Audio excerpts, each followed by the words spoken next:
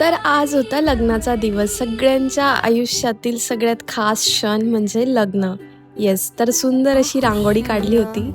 त्यानंतर म्हणजे आम्ही ठरवलं होतं, की वैदिक लग्न पण करायचं. आधी असं काही नसायचं, की वैदिक वगैरे. एकच लग्न व्हायचं, त्याच्यातच फेरे, त्याच्यातच सगळ्या गोष्टी व्हायच्या. फोटोज, जेवढे लोकं आलेले असायचे त्यांच्या सगळ्यांसोबत फोटो काढण्यात पूर्ण दिवस जायचा. तर मग त्यामुळे ही थोडी प्रोसेस मला चांगली वाटते, की सकाळी वैदिक करून घ्यायचं आणि मग दुपारी किंवा संध्याकाळी नॉर्मल जे लग्न असतं म्हणजे कसं नवरदेव नवरीला पण थोडं बाकी सगळ्यांना भेटता येतं, बोलता येतं. तर त्यानंतर आमचं छान असं लग्न पार पडलं आणि चांगल्या-चांगल्या, मोठ्या-मोठ्या लोकांना लाजवेल असं लग्न थाटामाटात माझ्या मम्मीने आणि माझ्या भावाने पार पाडलं होतं. आम्ही दोघांनी मराठमोळा लूक केला होता. ग्रीन साडी आणि त्यांनी पेशवाई. एकदम मराठी लूक जो म्हणतात ना तसा.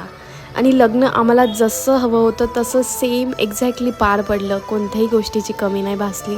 एकदम टायमावर सगळ्या गोष्टी झाल्या. काहीच प्रॉब्लेम नाही आला. सगळ्या प्रोसेस छानपैकी पार पडल्या. सगळ्यात कठीण क्षण म्हणजे मला माहीत नाही, मला या क्षणाला खूप जास्त डोळ्यात पाणी येत होतं माझ्या भावाकडे बघून. कारण तो सगळ्या गोष्टी एकटा मॅनेज करत होता आणि मला ते कंट्रोलच नव्हतं होत माझे अश्रू आणि मला ते थोडं लपवायचं पण होतं म्हणजे मला कोणाला कळू नव्हतं द्यायचं. त्याने लहान असून एवढ्या गोष्टी पार पाडल्या ना, की मला ऑटोमॅटिक रडू येत होतं आणि तो बिलकुल मॅच्युअरली नाही वागायचा याच्या आधी आणि नेमका तो माझ्या लग्नाच्या वेळेस एवढा मॅच्युअरली वागला, की मला लिटरली शॉक बसला होता, की आणि त्याला कपडेसुद्धा चेंज करायला टाईम नव्हता भेटला. सो मला खूप वाईट वाटत होतं, की यार बिचारा म्हणजे माझ्या गोष्टी करण्यातच राहून गेला.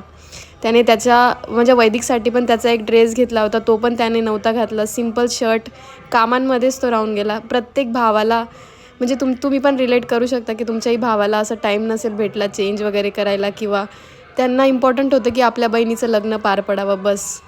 Bye bye.